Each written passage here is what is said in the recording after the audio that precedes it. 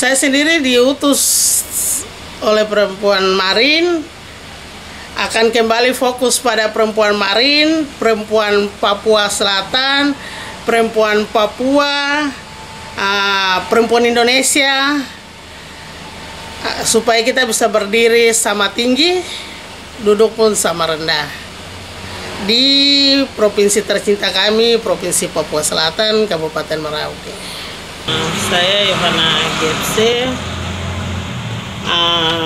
puji syukur setelah melalui proses yang panjang, mulai dari pembahasan penerimaan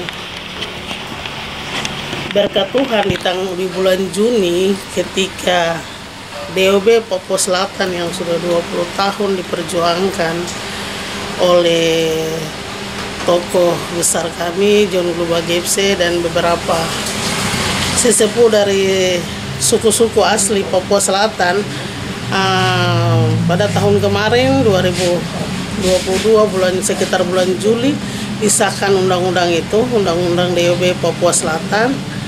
Kami warga Papua Selatan, warga masyarakat Papua Selatan, warga negara Republik Indonesia yang ada di Papua Selatan mengucap syukur pada Tuhan dan berterima kasih kepada negara ini karena telah memberikan ruang kepada kami di wilayah adat kami untuk bagaimana menata kehidupan sosial kami, menata pemerintahan kami sendiri di Papua Selatan ini. Sampai dengan saat ini kami sudah menerima DOB, kami sudah ada pada tahapan menjalankan pemerintahan, menerima PJ Gubernur yang sudah berjalan sekitar 6 bulan, sampai dengan proses hari ini sudah ada proses MRP Papua Selatan yang begitu banyak ada polemik yang terjadi, tetapi hari ini saya sendiri sebagai salah satu unsur perempuan dari 11 perempuan lain yang akan dilantik memenuhi forum kuota pada Majelis Rakyat Papua yang berjumlah sekitar 33, 11 dari perempuan, 11 adat, dan 11 agama. Agama ada 3 agama yang menjadi patokan di sini. Yang pertama Katolik 7, Kristen Protestan 3, dan Muslim 1. Hari ini kami dari perempuan Papua Selatan juga, kami dari perempuan Marin ada 3, Merauke, perempuan Bovendigul ada 3, perempuan Asmat ada 3, perempuan Mapi ada 2. Jumlah kami akan ada 11 orang di sana. Kami bersyukur dan berterima kasih karena kuota keseimbangan antara emansipasi gender ini sudah mulai terjadi dalam lembaga ini, bahwa kuota perempuan juga mencapai 11 orang, yang berarti bahwa sudah ada kesetaraan di sini. Negara memberikan ruang juga kepada kami perempuan untuk bisa lebih detail memikirkan bagaimana perempuan itu bisa ada, bisa bersaing, bisa berdiri sejajar dengan laki-laki, walaupun dalam konteks keputusan-keputusan tertentu, keputusan-keputusan adat, kami tidak akan mengambil keputusan dalam ranah adat, tetapi dalam konteks pembangunan, pemerintahan, ekonomi, apalagi ekonomi yang berhubungan langsung dengan tumbuh kembangnya anak, pendidik utama adalah perempuan. Karena sesungguhnya perempuan yang melahirkan suatu bangsa. Bangsa yang besar, yang kuat, jadi baik, karakternya jadi baik ketika perempuannya diurus dengan baik. Jadi hari ini untuk contoh untuk kita semua lembaga yang hari ini hadir MRP, pembagian kuota secara merata, kami mendapat porsi 11.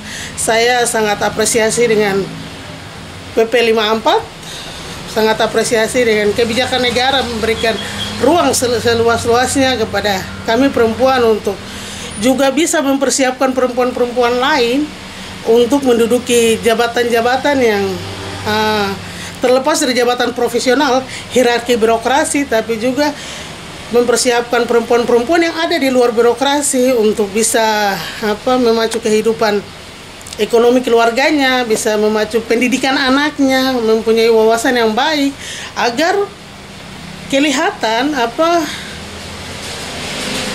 generasi itu tumbuh, berkembang, karena kualitas perempuannya semakin maju. Terima kasih kami hadir di sini.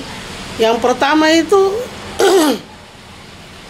eksekusi kami pada lembaga ini, ketika besok dilantik 11 orang ini, pikiran dasar kami, data, pendataan, dan pemetaan perempuan dan semua sumbernya, sumber daya perempuan itu sendiri, dan kemudian kami akan kolaborasikan dengan program pemerintah, karena pemerintah dia berkewajiban, undang-undangnya jelas, urusan perempuan adalah urusan wajib negara. Maka kami di sini 11 orang ini akan menekankan pada pemerintah, setelah kami sudah menyiapkan datanya, potensi-potensi yang dimiliki oleh perempuan-perempuan di luar birokrasi, kami akan terus mendorong. Kami juga minta waktu untuk dan sampaikan kepada semua perempuan-perempuan yang kemarin mendaftar tapi hari ini tidak masuk sampai ke proses yang terakhir, ditetapkan dan terpilih dan kemudian dilantik. Jangan putus asa. Mari kita sama-sama bekerja sama untuk kita mempersiapkan diri untuk proses-proses yang ke depan, tapi juga kita bekerja sama untuk bergandeng tangan membangun komunitas perempuan ini akan lebih baik ke depan. Karena sebenarnya saya tadi bilang, bangsa yang besar, bangsa yang hebat karena perempuannya terurus.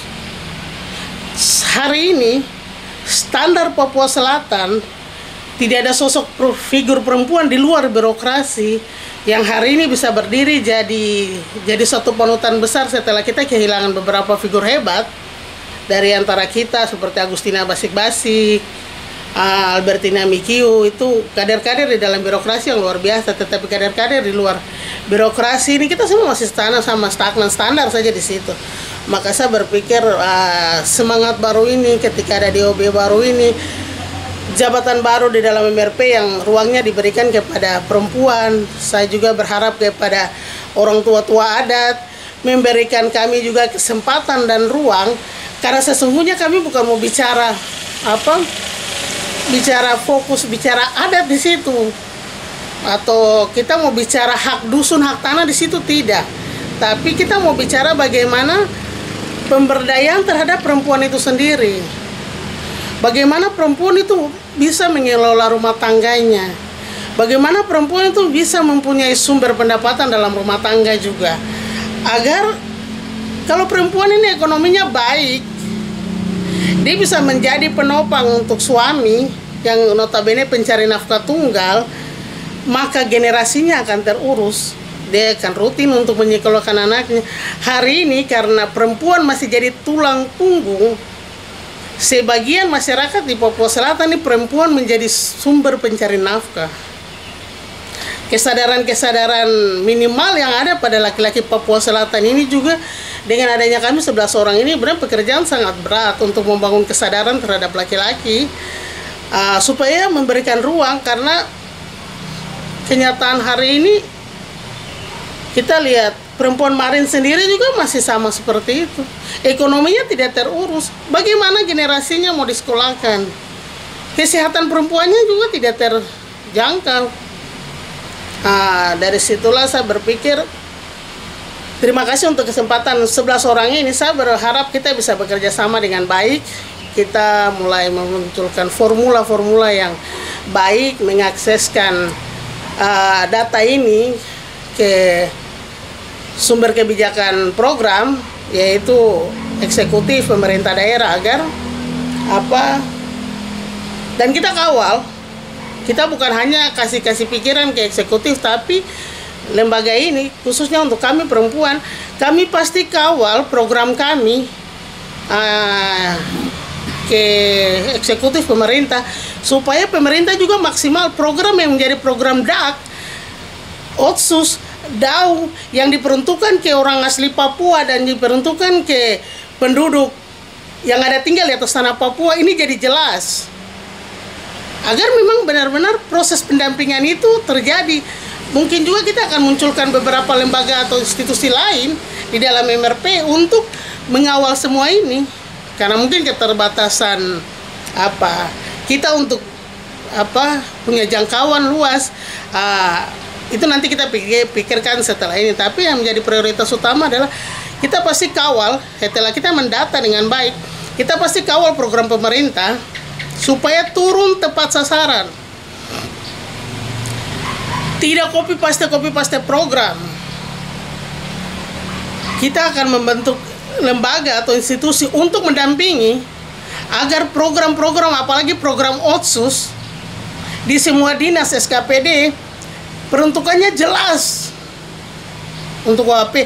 Kalau negara ini memberikan jaminan undang-undang otonomi khusus, kalau negara ini memberikan ruang kepada yang disebut afirmasi, kepada yang disebut orang asli Papua, maka dia berhak menerima perhatian lebih dari pemerintah yang ada ini. Kami hanya akan mengawal. Konsisten tidak setelah negara memberikan, negara yang paling tinggi yaitu Jakarta, pemerintah pusat memberikan ruang ini, pemerintahan yang berikut, pemerintah daerah menjalankan tidak. Begitu, sampai di tingkat kabupaten, sampai di tingkat distrik. Kita hari ini hanya karena tidak konsisten saja. Karena tidak konsisten menjalankan apa yang sebenarnya negaranya sudah buat. Semua kebijakan hukum, kebijakan pembangunan di atas tempat ini, supaya tidak terkesan lagi ini sudah otonomi khusus jilid 2. Masuklah DOB Papua Selatan sekarang. Jangan lagi 20 tahun dari sekarang sampai dengan selesai 20 tahun kemudian kita bilang otonomi khusus seperti apa, kita tidak pernah rasa. Begitu. Jadi saya pikir provinsi baru, DOB baru ini, MRP baru ini, roh baru ini menjadi kekuatan, menjadi sarana baru dalam setiap kita yang hari ini sudah terpilih di dalam situ untuk bagaimana ini negara sudah kasih, jadi bagaimana kita konsisten untuk mengawal kebijakan ini sama-sama bersama dengan pemerintahan daerah, DPR dan DPR provinsi dan DPRD kabupaten-kabupaten yang ada, supaya kita sama-sama kawal ini agar peruntukannya yang tadi kita bicarakan ini menjadi jelas. Ketika jelas, marginalisasi yang saat ini terjadi akan terjadi kesetaraannya antara orang yang punya tempat ini dengan saudara-saudara lain dari Nusantara lain yang ada datang hidup di tempat ini, menikmati kenyamanan, kedamaian, kesejahteraan di sini. Kami pun yang pemilik tempat ini akan merasakan kesejahteraan, kedamaian. Kami juga akan merasa damai. Tidak seperti hari ini masih saja merasa marginal dari situasi sosial dengan berbagai macam alasan. Sebenarnya saya pikir pemerintah Republik terlalu bijaksana untuk memberikan ruang itu. Hanya kita saja yang belum konsisten. Pemerintahan daerah yang belum konsisten untuk mengawal semua itu. Akhirnya kita di sini ada kesan seperti pati-pati Papua, karena terakhir juga pejabatnya yang Papua juga. Rakyat di bawah bilang begitu sudah patipa Papua tipu Papua. Padahal karena satu hal, tidak adanya konsisten dari setiap pejabat Papua dan juga lembaga kontrol yang tidak tegas, tidak konsisten. DPR hari ini tidak pernah tegas. Maka puji Tuhan sudah ada lembaga MRP yang merupakan gabungan dari semua Papua, kabupaten-kabupaten yang ada dalam Papua Selatan. Saya pikir mulai hari ini kita harus konsisten saja. Konsisten untuk tetap mengawal program, kemana program itu harus pergi, siapa yang harus diberdayakan di sana, supaya kesetaraan ini dia mulai terlihat. Kesetaraan sosial, kesejahteraan, dia akan nampak di situ. Karena DPR kita lemah. DPR 4 kabupaten dalam Papua Selatan lemah. Merauke, Mapi, Bovendigul, Asmat lemah kapasitasnya. Karena memang hari ini siapa juga yang ada dalam DPR itu menjadi pertanyaan kita dan jawaban untuk kita jawab sama-sama di 2024. Siapa yang ada di legislatif hari ini, pertanyaan dan PR besar untuk kita semua. Besok kita harus selesaikan di 2024. Begitu. Supaya ini dia akan nyambung. MRP dia akan perhatikan, minta maaf untuk saudara-saudara Nusantara. Lembaga MRP dia akan fokus memihak dan berpihak pada orang asli Papua, orang hitam keriting. Begitu. Jadi saudara-saudara lain, ini negara Republik memberikan ruang afirmasi di otonomi khusus yang kedua ini kepada kami juga. Jadi berikan kesempatan. Anda kalau sudah sejahtera di tempat ini, syukuri. Berikan kesempatan lagi kepada kami pemilik tempat ini supaya bisa memperoleh. Kami sebenarnya apa, kata-kata Bapak John yang selalu bilang, kami ini orang kaya yang belum sukses. Karena kami punya tanah besar, kami punya hutan besar, tapi kami jadi orang kaya yang belum sukses. Maka kesempatan itu juga menjadi apa, harapan kami untuk kita bisa mencapai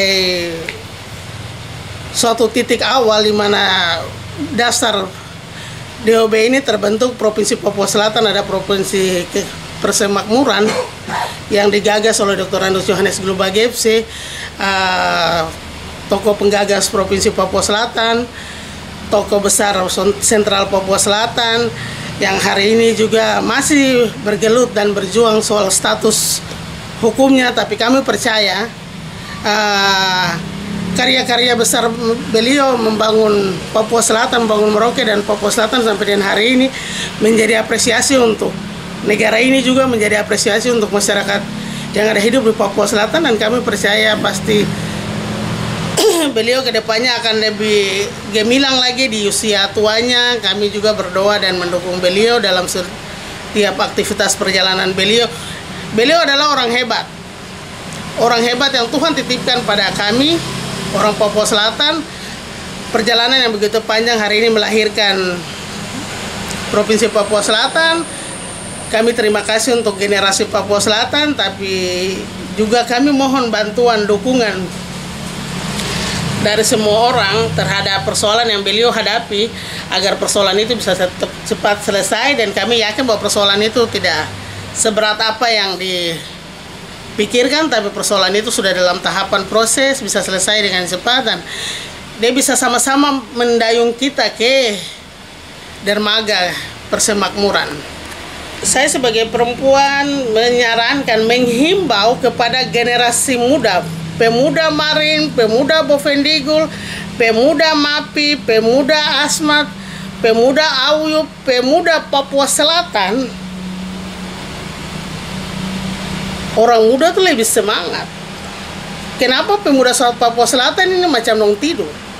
Harus bergerak cepat, harus menanggapi setiap situasi dan merespon segala situasi ini dengan baik, dengan cepat, dengan cekatan. Karena ada pihak-pihak yang tidak bertanggung jawab, yang ingin merongrong kebijakan yang negara sudah buat, yang dari kalangan orang muda sendiri. Yang hari ini saya lihat pemuda ini tidak ruangnya ada, tapi tidak memanfaatkan diri. Ayo pemuda Papua Selatan, ayo pemuda Marin, pemuda Bovendigul, harus menanggapi segala situasi ini. Karena pemuda adalah estafet bangsa, estafet dari orang tua-tua ini. Kalau pemudanya tidur, bagaimana bangsa ini? Bagaimana pemuda Papua Selatan ini, generasi di sini Papua Selatan? Jadi untuk para pemuda, mulai dari pemuda Marin, saya akan bicara keras untuk pemuda Marin. Kalau formaturnya sudah ada pemuda Marin, kenapa harus diam-diam? Pemuda Marin harus bergerak duluan. Kok ini kakak besar, kakak yang paling tua, bergerak sudah, supaya teman-teman yang lain ada mendorong supaya situasi opini-opini yang coba dibangun oleh saudara-saudara yang merasa kecewa dengan terpilihnya 33 anggota MRP ini bisa dikawal, bisa dihentikan, karena itu sebenarnya membangun konflik. Begitu. Jadi himbauan untuk pemuda Marin pertama dan pemuda Papua Selatan bisa segera sikapi polemik yang terjadi.